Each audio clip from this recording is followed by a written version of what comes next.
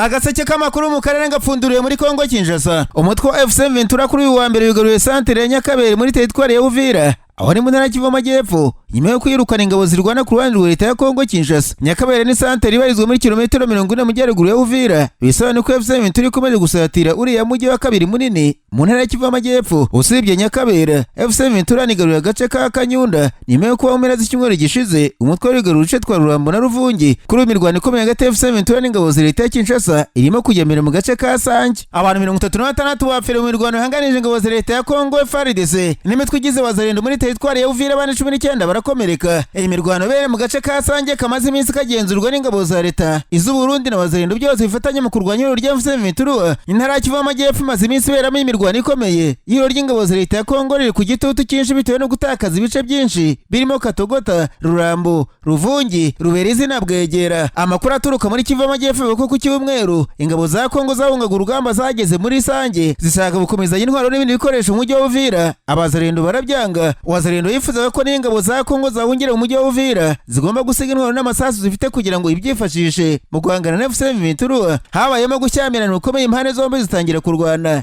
Nibwo bamwe mu mpande zihanganye barekuye igisasu cyica abantu 36 barimo abasivili n'abasirikare, abandi 19 barakomereka. Urubuga SOS Minerwa Burundi rwatangaje ko mu bapfiriye muri iyi mirwano harimo abasirikare 7 b'u Burundi. Sosiyete sivile yavuze ko habaye guhunga ku bwinshi ko abaturage berekeza Uvira n'u Burundi. Ibi bikaba byarabaye mu gihe ibintu bikimeze nabi mu kibaya cya Rusizi ahamaze iminsi imirwano hagati ya FARDC n'abayifasha. Sosiyete sivile yavuze ko habaye guhunga ku bwinshi ko abaturage berekeza Uvira n'u Burundi. Ibi bikaba byarabaye mu gihe ibintu bikomeje kuba nabi mu kibaya cya Rusizi ahamaze iminsi imirwano hagati ya M23 n'ingabo za leta n'abayifasha. Yafashe Ruvungi na Bwegera ku birometero 30 uvuye mu mujyi wa Uvira. Kivu Morning Post yavuze ko nibura abaturage 11 biciwe muri iyo mirwano imaze icyumweru kuri X Ruvungi Bwegera nk'uko byemezwa na Sosiyete Sivile. Ikinyamakuru Actualité cyaramutse cyandika ko mu ntara Kivu Amajyaruguru naho ku mirongo y'urugamba ibintu bitari byifashe neza habe namba. Nk'uwo makuru avuga ko kuva mu rukerera rwo kuri uyu wa mbere M23 asakiranye na wazarendo ahitwa Kinyumba mu birometero 10 uvuye Nyabyondo muri teritwari ya Masisi. Icyo kinyamakuru cyavuze ko muri Kinyumba M23 yaba yambuye Nyabyondo. Ari makuru ariko kandi yavuze ko kuwa gatandatu ushize abarwanyi M23 bari kwisuganya bongera imbaraga mu birindiro byabo biri Ruberike muri Warikare mu bice bya Kashebere werekeza Kibati. Uko gukomeza ibyo birindiro ngo byabyira itenyeke abaturage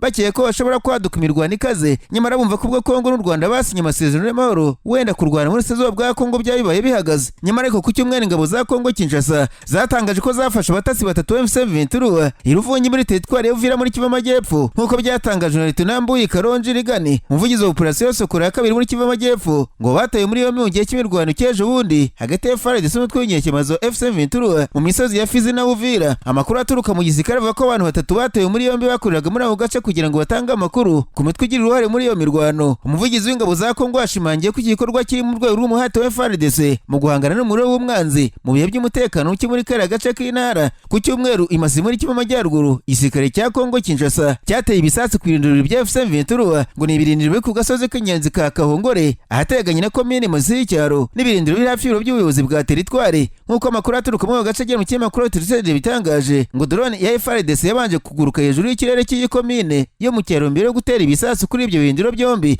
Ibisasu byaturikiye byateye abaturage baho ubwoba bwinshi no kwinkuru ikomeza bitangaza. Ibyo bitero by'indege ngo byakurikiye byakozwe ku munsi wari wabanje ku birindiro by'inyeshyamba M23 i Nyabyondo. Amakuru aturuka mu ngabo za Kongo FARDC ava ko igisirikare cyongera ibitero by'indege muri rwo gusubiza ubushotoranyi bw'inyeshyamba nyuma yo kurasa ibyo birindiro bya Kahongore, umusozi uri mu mujyi wa Masisi ndetse n'ibirindiro biri hafi y'ibiro by'ubuyobozi bwa teritwari ya Masisi. FARDC yateye ibisasu ku birindiro by'inyeshyamba biri Bukombo hagati ya Masisi Centre na Nyabyondo. Nararanganije amaso ibinyamakuru byandikirwa muri Uganda. Abanyamakuru bakiza amakaramu ku mpapuro barandika. Banditswe umugaba w'amakuru w'igisirikare cya Uganda Jean Muzikeni urwo yategetse itabwa muri yombi ry'abasirikare bakuru nyuma y'amakuru ubutasi yagaragaje ko abasirikare bibaga ndetse bakanarya ruswa mu bijyanye n'ibikoresho by'indege za gisirikare na benzine zinywa zihagurutse. Ikinyamakuru Daily Monitor cyavuze ko abasirikare bakuru batawe muri yombi barimo ufite ipeti rya General n'abakoloneri 3. Ikinyamakuru cyandikirwa Kampala cyavuze ko kirinze gutangaza amazina y'abasirikare bakekwaho ruswa n'ubujura ku mpamvu z'uko ari dosiye ikomeye irebana n'umutekano w'igihugu. uretse abo basirikare batawe muri yombi haranavuga abasivile bakoraga mu icami rya gisirikare rikoresha indege baba batawe muri yombi muri dosiye y'ubusambo. Umuvugizi w'agateganyo PDF Koloneri Chris Magezi ngo aya makuru yayaryamyeho ndetse ngo agire ubwanga kwitaba telefone cyangwa se ngo asome ubutumwa bugufi cy'amakuru cyamwandikiye.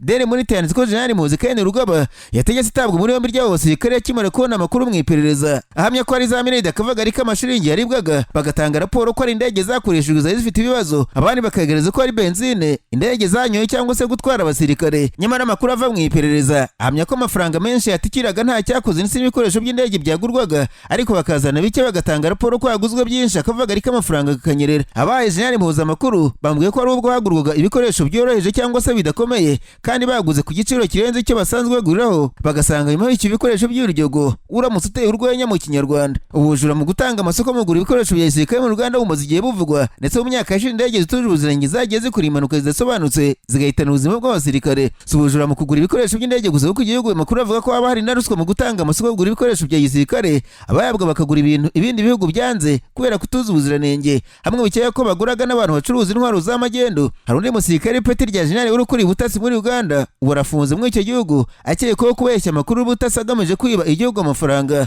akabeshya ko akeneye umubare runaka kugira ngo bice ibyebo bya IDF muri Kongo Kinshasa, akayabwa akayakubita umufuka. Muri raporo agaragaza ko ibyebo yabyishe nyuma y'igihe gito bikongera gukora ibara ku butaka bwa Uganda. Muri iki gihugu ariko kandi baritegura amatora ya perezida ku itariki ya 15 z'ukwezi kwa mbere umwaka utaha, none icyo bagikomeje gutaha abantu ukurikije biri kuba mu gihugu mu bikorwa byo kwiyamamaza. Ikinyamakuru Daily Monitor cyavuze ko bashinzwe umutekano bupfutse mu maso banagenda mu modoka za gisirikare zitagira ibirango bakomeje kuzonga abantu bose barwanya ubutegetsi bwa perezida Museveni, cyane cyane mu ishyaka NUP rya Cyagulanyi bati Alias Bobi Wine. Abaturage mu gihugu bacitse ururondogoro nyuma y'uko bashinzwe umutekano uvuga ko ari umutwe udasanzwe. Mu mpera z'icyumweru bibiri mu baturage barakubita ibibando bashaka kubatatanya ndetse na Cyagulanyi yarakubiswe. Ikinyamakuru Daily Monitor cyavuze ko guhohotera abo baturage n'abantu batagaragara biri kwiyongera mbere y'uko amatora nyirizina aba mu kwezi kwa mbere umwaka utaha. Komisiyo y'amatora y'u Rwanda itangaza ko yagereje ibishoboka byose ngo urugomo rukorerwa mu kwiyamamaza ruhagarare, ariko ngo byaranze. Ubu yasabye ko abiperereza hakamenyekana abasirikare bakubita abambari ba NUP abariwe ndetse n'uwo yabatumye. Umukuru wa polisi ya Uganda ivuze ko polisi itegeko ribemerera gukurikirana mitingi z'amashyaka hagamijwe ko abantu batakwicana, mbese igikorwa kikaba mu asesuye. Uyu mupolisi mukuru yavuze ko abandi baboneka nabo ari abashinzwe umutekano mu gihugu kandi byemeye ko igihugu kigira abantu benshi bashinzwe umutekano, ariyo mpamvu baba bahari nubwo atavuze abari. Abasi Byakagaba avuga ko bambaye n'ibikoresho bakoresha bitazwi ngo ari akazi kabo, itegeko ribemerera gukora gutyo mu gihe cyose barajwe inshinga no kuzanira abanyarwanda umutekano. Umunyamabanga wa leta minisitiri w'umutekano muri Uganda General David Muhoozi aherutse kubwira inteko ishinga amategeko ko mu bikorwa by'amatora nta musirikare wemerewe kubijyamo, ndetse ko nta muntu mu nzego z'umutekano ukwiye kuba yihisha abantu batabasha kumenya uwo ari we. Ubwo butumwa bwariko kandi bwamaganywe na General Muhoozi Ken Rugaba, umugaba mukuru w'ingabo za Uganda, kuko yavuze ko atemeranya na General mugenzi we kuko atari itegeko bashinzwe umutekano bambara ibibaranga. Bamwe mu badepite ba Uganda bavuze ko inzego z'umutekano zijanika mu bikorwa bitazireba, ugasanga ari abakora kibandi bigateza urujijo. Muri 2006 urukiko rw'ikirenga muri Uganda ku kirego cya Dr. Kiza Besigye rwateje agaciro ikoreshwa ry'abasirikare mu bikorwa by'amatora, rwemeza ko bene ako kazi gashinzwe polisi gusa. Icyakora ntibyakurikijwe kuko n'uyu mwaka abasirikare benshi baraniganje kurusha abapolisi muri za mitingi z'amashyaka, kandi benshi bashinjwa guhungeta. Abadashyigikiye umugaba w'ikirenga w'ingabo za Uganda ariwe Perezida Yoweri Kaguta Museveni umaze imyaka 40 ku butegetsi bwa Uganda ushaka indi manda umwaka utaha. Agaseke k'amakuru mu karere ngafurikire muri Tanzania abanyamakuru bakozeje ba muri no barandika banditswe icyo bari cyinshi mu baturage ba Tanzania mbere tariki 9 ukwezi kwa 12 bikeye ko hazamyigaragambye itarigeze bo mu iki gihugu nyuma yabaye ku itariki 29 z'ukwezi kwa 10 mu gihe cy'amatora. Ibinyamakuru byavuze ko abaturage kubera ubwo bwoba kuva ku kimweru bashye bitaraba kugira ngo niba ngombwa ko nawe usohoka mu nzu bazabe bafite ibiribwa ndetse n'ibyangombwa nkenerwa, cyane cyane abatuye mu mujyi wa Dar es Salaam. Ikinyamakuru The Citizen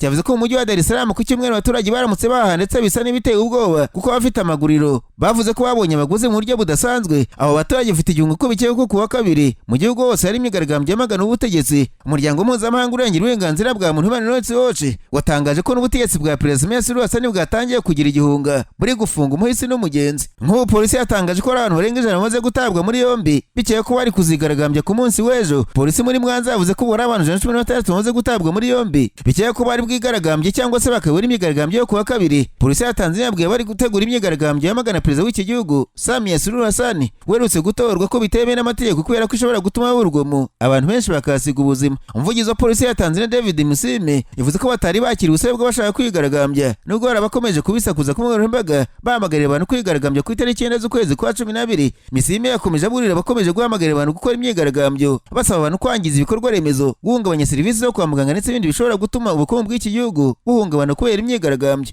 Ku itariki 3 Ukuboza uyu mwaka itsinda ry'impuguke ry'uburenganzira bwa muntu ziturutse mu muryango w'abibumbye ryasabye leta ya Tanzania kugenzura ko uburenganzira bw'abigaragambya burindwa ndetse ko bakwiriye kwihagarika mbere uko hagira ugiriramo ikibazo. Perezida Samia Suluhu Hassan yategetse inzego z'ubutabera gukora iperereza ku byaha byakozwe n'urubyiruko mu myigaragambyo ndetse yanganisha imiryango yaburiye abana babo muri iyo myigaragambyo mu kwezi kwa 10. Mu gusoza, perezida wa Ukraine Volodymyr Zelensky kuri wa mbere n'abategetsi bakomeye b'Uburayi muri Amerika mu Bwongereza mu gihe inshuti za Ukraine z'Uburayi zitegura igisubizo cyazo kuri gahunda ya Amerika yo gutuma Ukraine igira ibyo yemera guhara mu biganiro by'amahoro. Abategetsi b'Ubufaransa n'Ubudage baraza kuba bari kumwe na Zelensky hamwe na Minisitiri w'Intebe w'Ubwongereza Keir Starmer mu biro bya Minisitiri w'Intebe w'Ubwongereza byitwa na 10 Downing Street mu gihe bashaka gutuma amasezerano yose yagerwaho yakumira igitero icyo aricyo cyose cy'Uburusiya cyo mu gihe kiri imbere. Iyo nama yo ku rwego rwo hejuru ikurikiye ibiganiro byari bimaze iminsi 3 bibera muri leta ya Florida muri Amerika, aho intumwa nkuru ya Zelensky yasabye ko haba impinduka kuri gahunda y'ibiro bya perezida wa Amerika byitwa White House ifatwa henshi ko yubahiriza iby'ingenzi mu by'ibiro bya perezida w'Uburusiya no kuvuga Kremlin isaba.